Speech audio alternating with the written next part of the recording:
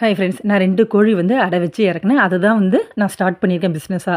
அத கொண்டு போணும்னு நெனைக்கிறேன் அப்படின்னு நான் சொன்னேன் இல்லையா? சின்ன குஞ்சிலேருந்து முட்டை அடை வச்சு, அத இறக்கி விட்டதுலேருந்து நான் எப்படி வந்து வளர்க்குறேன். இப்போ வந்து 1 மாசத்துக்கு மேல ஆயிடுச்சு.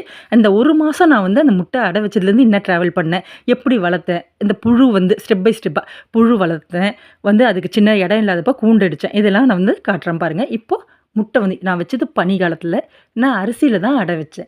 நான் எப்பயுமே பனிக்காலத்தில அரிசியில தாங்க வைப்பேன். ஏன்னா எல்லாமே பொரியும். ரேஷன் அரிசி தான் அதுக்கு யூஸ் பண்ணுறேன். இந்த சீத்தாப்பழ இலையும் மிளகாவும் போட்டு வைப்பேன். ஏன்னா, இந்த காரத்துக்காக மிளகாவும், சீத்தாப்பழ இலைக்கு பனிக்காலம் இல்லையா? அப்போ கோழி செல்லுன்னு சொல்லுவாங்க. கோழி பேனுன்னு. அது வராம இருக்கிறதுக்கு சீத்தாப்பழ இலைய வைப்பேன்.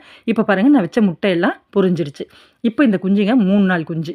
3 நாள் ஆச்சு இது பொரிச்சு.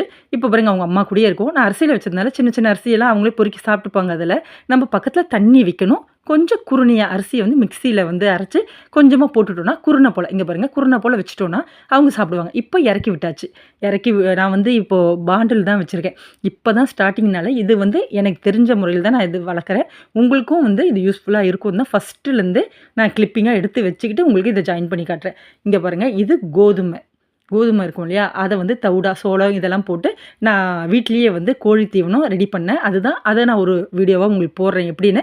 எப்படி சாப்பிடுது பாருங்க. இதுக்கு வந்து என்னென்ன போட்டேன் அப்படின்னா, மக்காச்சோளம், அ அரிசி, கோதுமை தவிடு, அப்புறம் வந்து கம்பு. இதெல்லாம் போட்டு நான் இது பண்ணியிருக்கேன். கொஞ்சம் கருவாடு அரைச்சு போட்டா வாசனைக்கு சாப்பிடுவாங்க. இத மேக் பண்ணி வச்சுக்கிட்டேன். இது வந்து கொஞ்சம் ஈஸியா இது வந்து சீக்கிரம் வளர்றதுக்கும் உதவி பண்ணுங்க. இதெல்லாம் வந்து நான் ட்ரை பண்ணேன். முருங்கைக்கீரை. நல்லா சாப்பிடுங்க.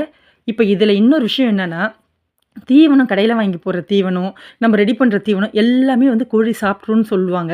அப்படிலாம் அது சாப்பிடாது. அதுக்கு என்ன பிடிக்குதுன்னு முதல்ல கொஞ்சமா வாங்கி போட்டு பாருங்க.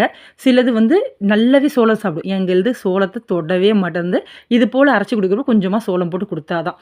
இப்ப இவங்களுக்கு இடம் இல்லாதவங்க கூண்டு அடிக்கணும் இல்லையா? நானும் 15 நாள் இது போல இது ரூ. 210. நான் ஒரு 3 டயர் சைக்கிள் கடையில வாங்கிட்டு வந்துட்டேன். வேஸ்ட் டயர வாங்கிட்டு வந்துட்டு, இந்த வலைய வாங்கிட்டு வந்துட்டு, இதுக்குன்னு நான் செலவு எதுவும் பண்ணல. வீட்ல இந்த கம்பி பாருங்க துரு பிடிச்சிருக்கு. கொஞ்ச நாள் தானே யூஸ் பண்ண போறோம் அப்படின்றதுக்காக, நான் அதையே நானே மேக் பண்ணிட்டேன். பாருங்க அந்த டயர வச்சு நல்லா சுத்திக்கிட்டு, இது போல கம்பி வச்சு கட்டிக்கிட்டேன். அவ்வளோதான். ரொம்ப ஈஸி. நம்பளே மேக் பண்ணிடலாங்க அத. 15 நாள் இந்த கூண்டுக்குள்ள போட்டா காக்கா கிட்டேருந்து காக்கா, பருந்து இதெல்லாம் வந்து தூக்கிட்டு போகும் இல்லையா? அதுகிட்டேருந்து நம்ம வந்து ஈஸியா காப்பாத்துறதுக்கு. இன்னொரு டயர் எடுத்து மேல ஒரு துணிய வச்சு, இது போல வந்து தச்சுட்டேன். தச்சுட்டு சப்போர்ட்டுக்காக ஒரு 4, 5 கட்டைய வச்சிருக்கேன். அவ்வளோதான். இங்க பாருங்க. கூண்டுக்குள்ள போட்டாச்சு. ஆனா தண்ணி கம்பல்சரி வைக்கணுங்க. இப்போ கம்பு வச்சிருக்கேன்.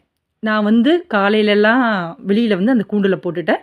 நைட்டு தூக்கி போர்ட்டிகோல போட்டேன். இப்போ வரைக்கும் உங்களுக்கு நான் இடத்த ரெடி பண்ணல. அதனால அப்படி வச்சிருக்கேன். இது 2வது கோழி. நம்பகிட்ட வந்து 2 கோழி. இன்னொரு ஜோடி இருந்தது. அதில சேவல் வந்து நாய் பிடிச்சிட்டு போயிடுச்சு. இன்னொன்னு இருக்கு. அவ்வளோதான். 2 கோழி அடை வச்சு இறக்கியிருக்கேன். இப்போ சாணத்த போட்டு, அது கூட கொஞ்சம் பொருள்லாம் சேர்த்தேன். அது எப்படி மேக் பண்ணுறதுன்னு சொல்றேன். இப்போ கொஞ்சம் புழு வச்சிடுச்சு. புழு எப்படி மேக் பண்ணுறதுன்னு தாங்க இது. இப்போ பாருங்க, இந்த குஞ்சு வந்து 25 நாள் ஆயிடுச்சு. ரெக்கைலாம் எப்படி வளர்ந்துருக்கு. ஆனா என்ன ஒண்ணுன்னா, நான் இது எல்லாமே பனிக்காலத்தில செஞ்சிருக்கேன். எல்லா இடமும் போற இடம்லாம் தண்ணி வைப்பேன். ரெக்கை எவ்வளோக்கு வளருதோ, அவ்வளோக்கு அந்த கோழி நல்லா இருக்குன்னு அர்த்தம்.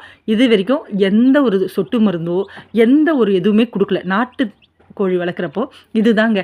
நோய் வந்தா மட்டும் நம்ம ஏதாவது அதுக்கு மருந்து குடுத்தா போதும். சும்மா மருந்து, சொட்டு மருந்துலாம் போடணும்னு அவசியம் இல்ல. ஏன்னா, அதுக்கு அவ்வளோ சீக்கிரம் நோயே அண்டாது. இது போல மண் இருக்க இடத்த மட்டும் கொஞ்சம் விட்டுட்டோம்னா, அவங்க சீச்சு அதில சாப்பிட்டுப்பாங்க. அதில வந்து அவங்க மண்ணெல்லாம் மேல போட்டுட்டு, அதில நல்லா ரெக்கைய விரிச்சு, நல்லா படுக்கிறதுக்கு வாட்டமா இருக்கும். இது போல விட்டுட்டேன். இப்போ 1 மாசம் பாருங்க. நான் 1 மாசம் ஏற்கனவே கோழி குஞ்ச காட்டிட்டேன். இப்போ 1 மாசம் நான் எப்படி ட்ராவல் ஆனேன் அப்படின்றது தான் உங்களுக்கு நான் வந்து வீடியோவா போட்டிருக்கேன். இப்படி தான் நான் ட்ராவல் பண்ணேன். இது கூடயே கொஞ்ச நேரம் நான் ஸ்பெண்ட் பண்ணுவேன். இப்போ வந்து திரும்பவும் வந்து அந்த கருப்பு கோழி இறக்கி விட்டேன் இல்லையா? இவங்க வந்து 1 மாசம் கிட்ட வந்துட்டாங்க. இப்போ பாருங்க, அந்த புழு கொஞ்சமா இருந்தது இல்லையா? இப்போ புழு பாருங்க எவ்வளோ அதிகமாயிருக்கு. நல்லா இதுவா இருக்குல்ல. இத வந்து ரெகுலரா நான் செய்யணும்னு முடிவு பண்ணியிருக்கேன். செய்றப்போ உங்களுக்கு ஃபுல் வீடியோவாவே நான் மேக் பண்ணி போட்டு விடுறேன். இது 7 நாள் ஆனதுக்கப்புறம் புழு வர ஆரம்பிக்குங்க. 7 நாள் வெயிட் பண்ணணும். இப்போ பாருங்க இந்த கருப்பு கோழி. இதையும் அரிசியில தான் வச்சிருக்கேன். ஆனா இது வந்து வெயில் காலத்தில அரிசியில வைக்க மாட்டேன். மண்ல தான் வைப்பேன். இது பனிக்காலத்தில மட்டும். அதுக்கு தான் சொல்றேன். கண்டிப்பா சீத்தாப்பழம் இருக்கும் இல்லையா? அந்த இலைய போட்டா கோழி செல் வராது. நான் இது எல்லாமே போர்ட்டிகோல வச்சு வளர்க்குறேன். இனிமே தான் இவங்களுக்காக ஒரு வலை அடிச்சு, இவங்களுக்காக கொஞ்சம் இடம் பின்னாடி இருக்கு. அதில ரெடி பண்ண போறேன்.